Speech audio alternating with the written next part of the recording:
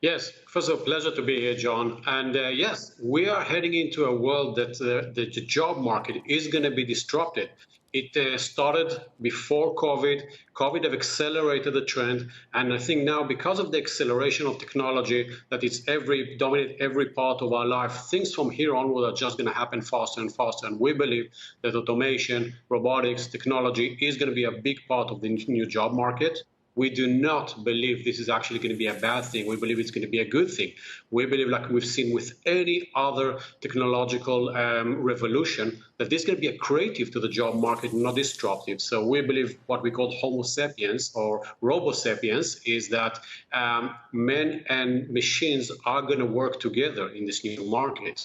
Now, I take from your report, though, Chaim, that this is not an all or nothing thing, and there are differences geographically in how this is going to play out. So take the real estate market, for example. There have been some assumptions that commercial real estate could get blown up by this because people aren't going back to the office. Not entirely true. In what cases do you think they will? Well, I think that it's all going to be a balanced thing. So yes, we believe that the work from home is here to stay in some areas, and we're going to see more. We're going to see less and less demand for office space, for some kind of real estate in the work market.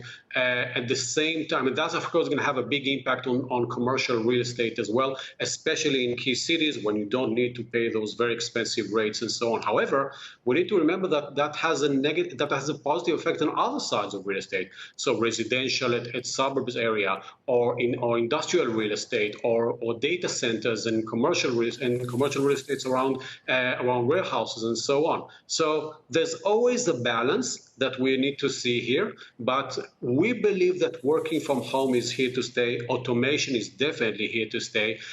People will work even more, and more jobs will be created, but they're going to change. Now, Chaim, if you are right, then I look at stocks like Zoom, DoorDash, and Twilio, which have really gotten hit well off of their 52-week highs, in some cases cut in half. Where's the right level to get into these, perhaps, or how should investors think about that? Because you seem to be saying with this flexible future, these are exactly the kinds of companies that could benefit. Well, we have in thematic world, we have a 5-year view, and we believe that those, as exactly you said, those companies are going to gain. We will see more and more demand. The demand that we've seen during the COVID crisis was an overshooting. Remember that at one point last year, 85% of the world GDP was working from home or completely offline. So there was an overshooting, but the COVID crisis have accelerated the trends that were already there.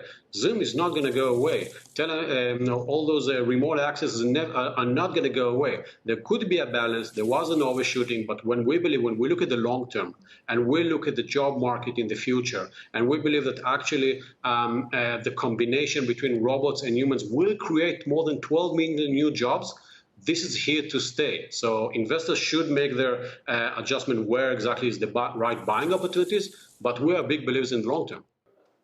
Shepard Smith here. Thanks for watching CNBC on YouTube.